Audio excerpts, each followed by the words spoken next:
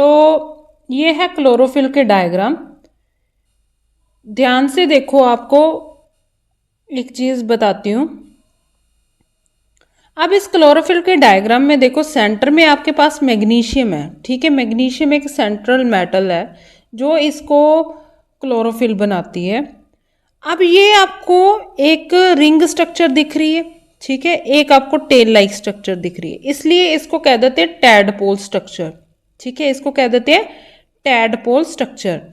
अब ये जो टेल है इसको कहते हैं फाइटोल, और जो इसका हेड है इसको हेड बोलते हैं, इसको कहते हैं पोरफायरीन, ठीक है, इसको क्या कहते हैं, पोरफायरीन, ठीक है।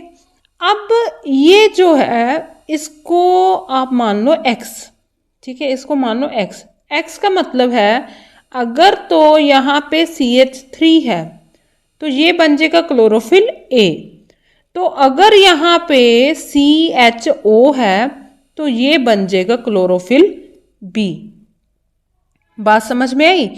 ये आपके पास रिंग है, रिंग में दो पार्ट्स हैं, एक को कहते हैं हेड और दूसरे को कहते हैं टेल। टेल वाले पार्ट को फाइटोल कहते हैं और हेड वाले पार्ट को कहते हैं पोरफायरीन।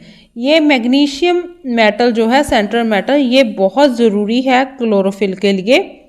अब जो इसके 5 रिंग्स है, 1 2 3 4 और 5, इनमें से जो सेकंड रिंग है, अगर सेकंड रिंग के ऊपर वाले कार्बन को अगर हम चेंज कर देते हैं, वहाँ पे मिथाइल की जगह वहाँ पे हम एल्डिहाइड ग्रुप लगा देते हैं, तो वो क्लोरोफिल को चेंज कर देगा।